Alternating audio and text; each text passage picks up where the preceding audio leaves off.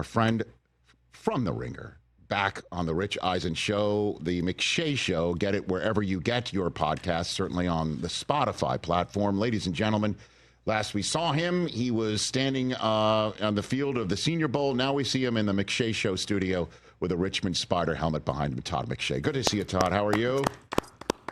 I'm doing great, man. How are you? I'm doing... What, 34 days? Is that right? Is that it?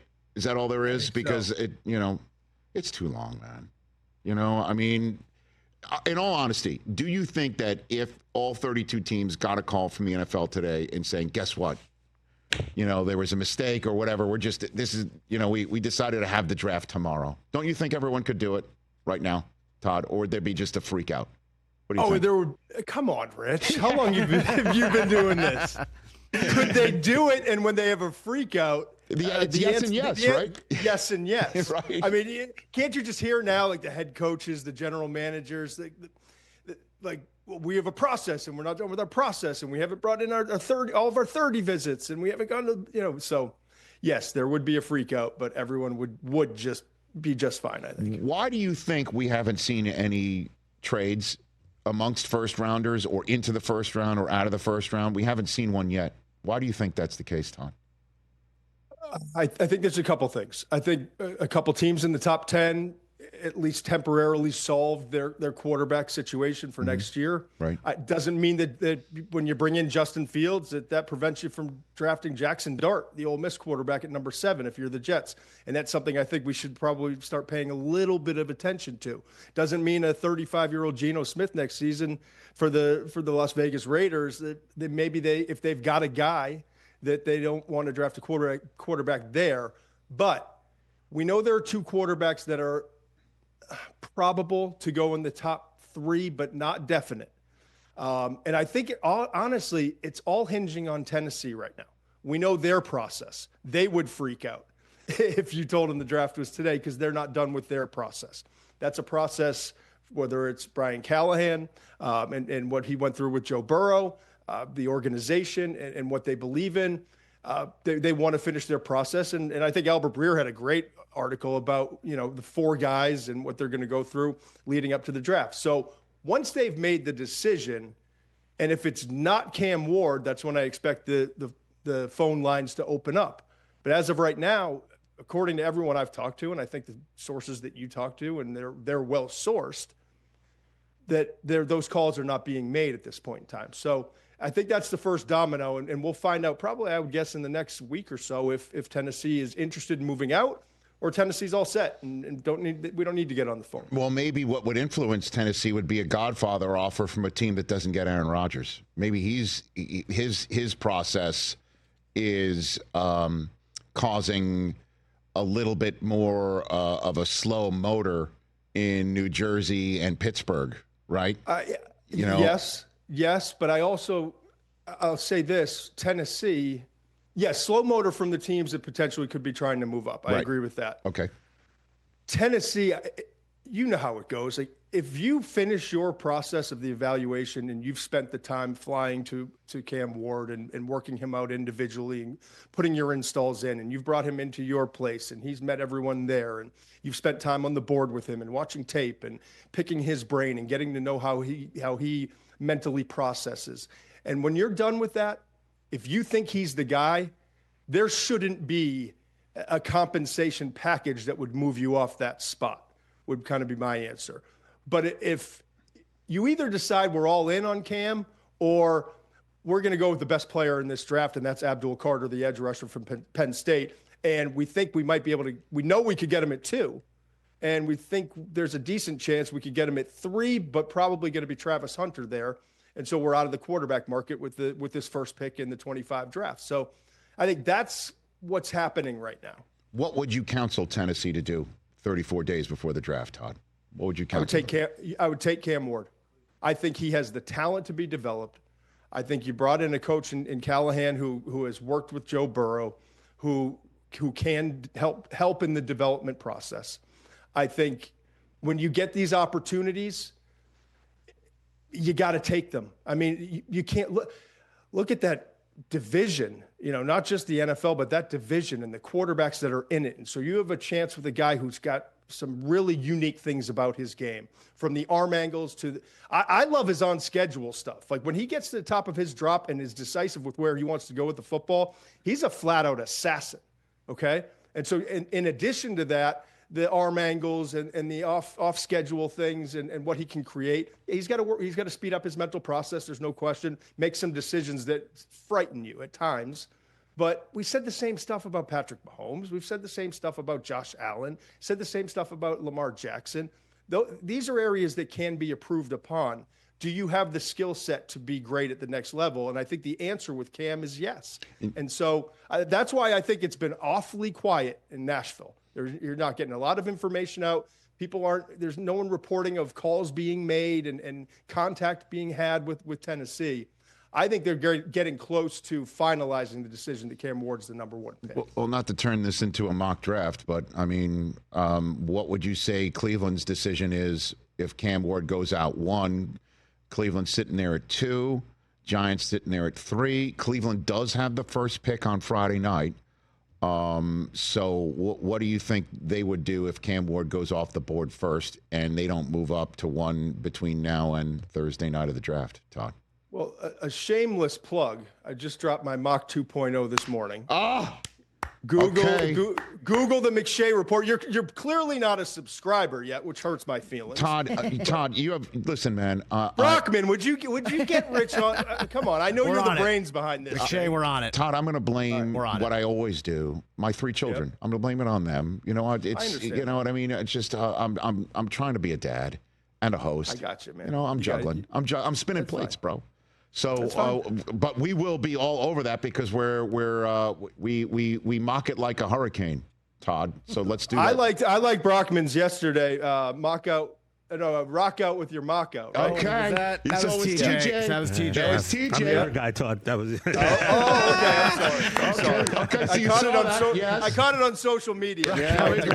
Okay. Yeah. I'm love on the mocks, which is I heard it kind of dates you a little bit. Understood, but no, guilty. So guilty. My point in all of this, in addition to the shameless plug of the McShay report, please Google it and subscribe. Please. Yes. I went with Cleveland taking Shedeur Sanders, and here's why. None of us know exactly what the answer is in Cleveland. They're still trying to figure out, is it going to be Russell Wilson? Is it going to be Kirk Cousins? Are we going to make a trade there? But at the end of the day, there's a lot of elements to the Cleveland decision at 2. The first is you're in salary cap purgatory, okay? And that's not going to change next offseason. You're not going to have all this money freed up where you can go bring in a guy who's going to solve a lot of your problems. So there's a short term of needing to win now, because if they're picking this high next year, and we're talking about Garrett Nussmeier and some of the other quarterbacks for 2026, there's a good chance that Kevin Stefanski and Andrew Berry are without jobs in Cleveland. So you've got to be able to win a lot of games now, and you got the defense to do it. And you got some weapons on the offensive side to do it. To me, Andrew Berry is the GM. My greatest asset in getting out of this salary cap hell that we're in and trying to solve this quarterback situation is I got a head coach in Stefanski who won 11 games with Case Keenum, who won 10 games with Kirk Cousins, who's won games with quarterbacks that are really fast processors, extremely accurate throwing the football, great when they're protected and on rhythm, but don't have elite arms and don't have elite mobility. And that perfectly describes what Shedeur Sanders is as a prospect, right? And so I'm looking at this and I'm saying, yeah, I could go Abdul Carter here, and that would be, I mean, could you imagine how many points would you have to score with Myles Garrett and Abdul coming off the edges? Like 3. Not many. 3. So I would totally, I would totally understand that, and I'm huge on Tyler Shough. We can get to that later. The Louisville quarterback. Try to take him in round 2 if he's still available when you pick at 33. But if I've got a guy who can develop this young quarterback and I'm bringing in a veteran to try to help win games at least early in next season, that might be the formula to get out of this mess. And it's one of the all-time messes that an organization in the NFL has been in because of that Deshaun Watson contract. So I'm not saying I have great information on that they're leaning heavily towards Shedeur, but I try to put myself in the situations or the shoes of the people making the decisions, and that makes a lot of football sense to me. Todd McShay here on the Rich Eisen Show. So, I not to put you in a position of getting in the heads of others, but why am I hearing Shedeur Sanders doesn't even have a first-round grade on some evaluators? Because he doesn't. Okay. Because he doesn't. So then, because not many organizations in the league have a Kevin Stefanski. Excuse me. Mm-hmm. And when you look at it from a skill set standpoint, he lacks the mobility that a lot of teams are looking for, and the combination of the arm and mobility when you're talking about drafting a player in the top 5, right? It's not going to work everywhere. And obviously, that the weather and the climate there is not ideal for that. However, I have talked to plenty of people in the league who have a second round grade or late first on Shedeur. And I even said I had conversations with 2 people that are there. If you're in the room, as you well know, for those 15-minute interviews in the combine, for most teams, you're not necessarily the decision maker, although that person is in that room. You're one of the council, if you will, that's helping make that decision. And I talked to 2 people that were in the room, teams that are drafting in the top 10 that need a quarterback, for other organizations that basically, to paraphrase and summarize, it didn't feel like, compared to all the other interviews we've ever done, and even in this year's combine, Shedeur didn't give off the vibe or the sense that he cared an awful lot about what we thought of him. Okay. And so I think there are a couple teams in the top 10 that are like, yeah, if he's around in round 2, but we don't get the sense he wants to come here. And then you go back to the fall when we started hearing from Coach Prime. Like, I'm absolutely going to factor into the decision, and there's some organizations that I just don't want my son to go play for. And so maybe those are the organizations that he doesn't want his son to go play for. I'm never going to give up those sources, but I can tell you it wasn't from Cleveland. And so you combine that with some of the stuff on social media with Shedeur, with Bazana, I guess, the top prospect in Cleveland's, baseball organization, and some of the other things that have come out. It looks like Cleveland would be on the short list of teams where they would want to go. So I'm just putting some tea leaves, connecting some dots here. And I think that it's a possibility, but for many teams in the league, with the interviews, with the tape, he's not rated as one of the top 5 players in this draft. So if you have Cleveland going for Shedeur, and I guess raising his draft status above what maybe most observers have him at, right? Mm-hmm. Do you think the Giants would do that with someone else at 3rd overall if both Ward and Shedeur are off the board and the Giants are on the clock and hadn't made a move up? Do you think they do that also? And if so, for who? What's interesting is it's the majority versus it only takes one, right? I've heard nothing about Jackson Dart to the Giants, and you're sitting there with the opportunity now at 3, and in a fan base that's pissed off because you missed on the quarterbacks again this year in their minds, right? And it's like, well, if Jackson Dart is a possibility at 7 for the Jets or at 9 for the Saints, but everyone's saying more late first, early second, and everyone's talking about, well, maybe Pittsburgh or a team trading up, if the Giants miss out on him, miss out on the top 2 quarterbacks at number 3, they could trade back up and get Jackson Dart. But then you start asking the question, well, if he's good enough to go at 7, could he go at number 3? I don't think it would be the case. I don't think we're going to see quarterback 1, 2, 3. I truly don't. And quite honestly, I can see a scenario in which Shedeur's sitting there and they've got the decision to make between Shedeur and the top 2 players in this draft. That's a tough one, man. And again, for most organizations, it's Abdul Carter. Or it's Travis Hunter. We're talking about an elite pass rusher, second most important position in terms of the NFL. Or we're talking about a generational talent, someone who's never done what Travis Hunter could potentially do, playing on both sides of the ball, what he does with the ball in his hands, his ability to take the ball away, all of those things. For most organizations, it's a no-brainer. But for the Giants, with Joe Shane and with Brian Daboll and the clock ticking, the noose around the neck is getting tighter and tighter. You got to win. You got to win now, and you got to show promise. So that part's interesting to me. But quite honestly, I think if it goes quarterback 1, 2, it comes down to Hunter versus Abdul Carter. I went with Hunter. It's kind of a coin flip at this point. I know this. It's a puzzle. We know the 4 players. I feel strongly that there's a good chance the 4 players are Cam Ward, Abdul Carter, Travis Hunter, and Shedeur Sanders going in the top 4 picks. Then New England, whichever, if it goes Abdul 3, they take Hunter, and then vice versa. But trying to fit exactly how that board flows, it becomes a trickier assignment. Well, the mocks I'm seeing have Hunter go to, prior to the one on the McShay report, have Hunter going to New England, and a lot of talk that he would be the receiver there. I mean, you would agree with that? You have to play it. You would agree. You would agree. I honestly, how about anywhere? How about anywhere? Not just New England. How about anywhere? I think it actually. I don't think it varies in the conversations I have with teams based off of the evaluation, but more so kind of what the need is in the situation. You can't draft Travis Hunter if you're New England, and look at Drake May and be like, yeah, we're gonna play him at corner full time. We got Christian Gonzalez and we just brought in Carlton Davis at the other corner spot. So we're gonna put him at nickel right away, and you get 20 plays with him on offense. It's just that's not how it's gonna work. Nice. I also want to say this. Yes. I think he's Garrett Wilson, and maybe a little bit more dynamic after the catch. And I think he's a little more advanced, even though he spent the majority of his time like in meetings and the focus at corner. I think he's a little bit more ready to be a big-time player at wide receiver right now in the league than he is corner. He's going to be awesome at either or both.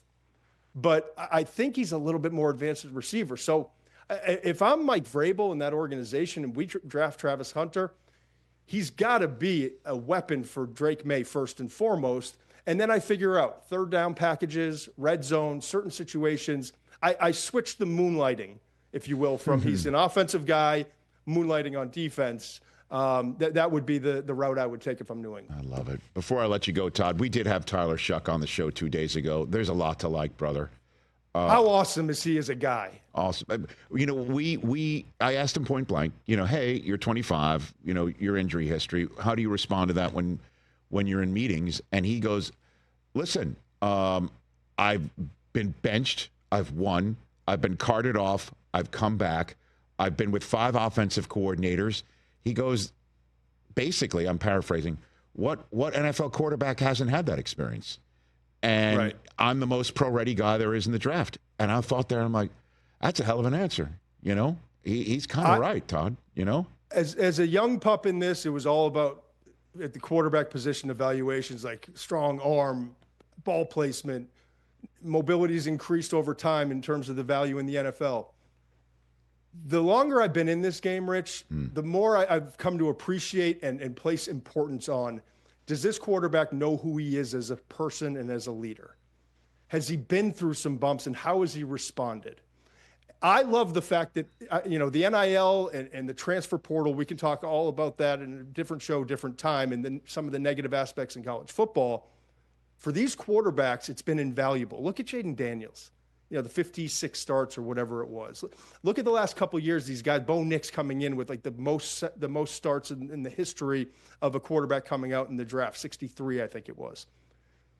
I think that experience for Tyler Shough has allowed him to get to know who he is, to understand how he deals with adversity. He's got the tools. He's bigger than all the other quarterbacks. He's just as, if not more mobile than all the other top quarterbacks. His arm's up there with all the top quarterbacks, better than Shedeur's. And his ball placement is right there too. I'm telling you, I would stamp this guy. 3-4 years, we look back on this draft. I don't want anyone to be surprised if Tyler Shough's the best or the second best of this year's quarterback class. Wow. So, I mean, that's going to be interesting, 32nd overall when Howie Roseman's on the clock, on Thursday night. And if Shough's on the board and the Browns went Abdul Carter top of the first round, I mean, Howie better have his phone charged, man. Howie better have his phone. Oh, he always does. He's got 2 or 3, right? Because everyone's going to know what Cleveland's going to do on the top of Friday, and so or the Giants if it goes Ward, Shedeur 1-2, yeah. Okay. Todd, this is awesome. I'd love to talk to you as much as you're willing. This is great stuff. You're awesome. Yeah, always. The McShay Show podcast, where the Ringers podcasts are all sitting on Spotify, wherever you get your podcasts, and of course the McShay Report, which is a must-have. And the latest mock draft 2.0, right? How many? What are we going to get? Are we going to get 3? What's your goal? We're going to get 4. We're going to get 4. Okay. One more wedge between now and then the night before. All yeah. Right. You got a plan? Yeah. You're going to follow through. We got a plan. Thanks, Todd. You're the best. Thanks, bud. All right, brother. You got it. That's Todd McShay, everybody, right here on the Rich Eisen Show. Tons of food for thought. My goodness, including he does not like love on the mocks. He likes yours. Rock out with your mock out. Rock out with your mock out. I think that's McShay's choice, and he's I love the evaluators. Everything is up for evaluation. Right. Win. Honestly, everything. I feel judged. Catch the Rich Eisen Show live weekdays from 12 to 3 p.m. Eastern on Roku Sports Channel in the U.S.